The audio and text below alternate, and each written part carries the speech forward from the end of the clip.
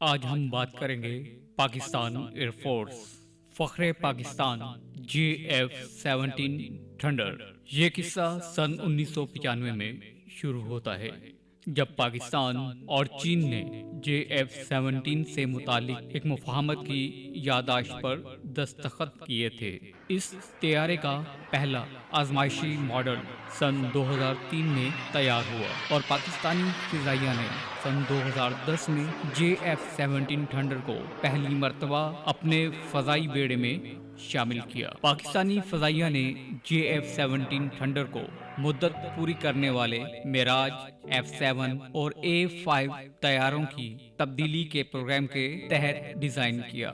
سن 2020 میں JF-17 block 3 کی production کے آغاز کی تقریب کے بعد پاکستان ایئر فورس کے ترجمان نے بتایا کہ JF-17 بلاک 3 4th جنریشن کے لڑاکا طیارے ہیں اور اس کی مدد سے پاکستان ایئر فورس کو علاقے میں بدلتی ہوئی صورتحال میں مزاحمت کی قوت میں توازن برقرار رکھنے میں مدد دیں گے۔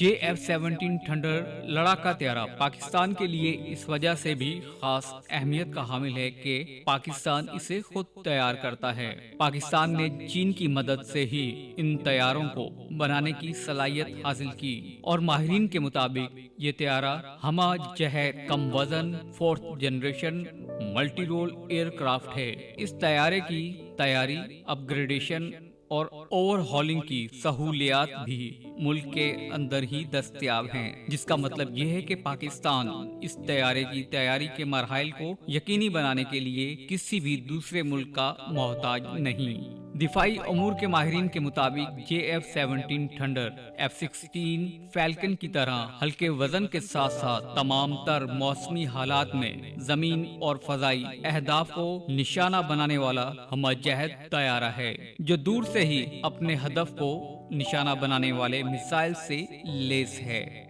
JF-17 تھنڈر بالاکوٹ واقعے کے بعد انڈین فضائیہ کے MiG کو گرایا تو اس کے ساتھ ہی JF-17 تھنڈر کو بھی خوب پذیرائی ملی۔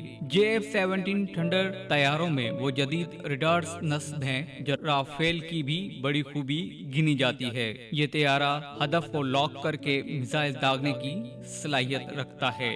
اس کی رینج 150 کلومیٹر تک بتائی جاتی ہے۔ JF-17 تھنڈر زمین پر حریف کی نگرانی اور فضائی لڑائی کے ساتھ ساتھ زمینی حملے کی صلاحیت بھی رکھتا ہے۔ یہ طیارہ فضا میں فضا سے زمین، فضا سے فضا اور فضا سے سطح آب پر حملہ کرنے والے میزائل سسٹم کے علاوہ دیگر ہتھیار استعمال کرنے کی صلاحیت بھی رکھتا ہے۔ اب سوال یہ پیدا ہوتا ہے کہ پاکستانی JF-17 اور انڈین تیجس میں کون سا جنگی طیارہ زیادہ خطرناک ہے؟ ماہرین کا کہنا ہے کہ پاکستان کے JF-17 لڑاکا طیارے F-16 جیسے کم وزن ہیں اور اسی طرح ہر قسم کے موسم میں زمین اور ہوا میں نشانہ لگانے کی صلاحیت رکھتے ہیں۔ دونوں جنگی طیارے تیجس اور JF-17 طویل فاصلے تک مار کرنے والے میزائلوں سے آراستہ ہیں۔ تیجس کی طرح JF-17 طیارے بھی اپنے اہداف کو لاک کر کے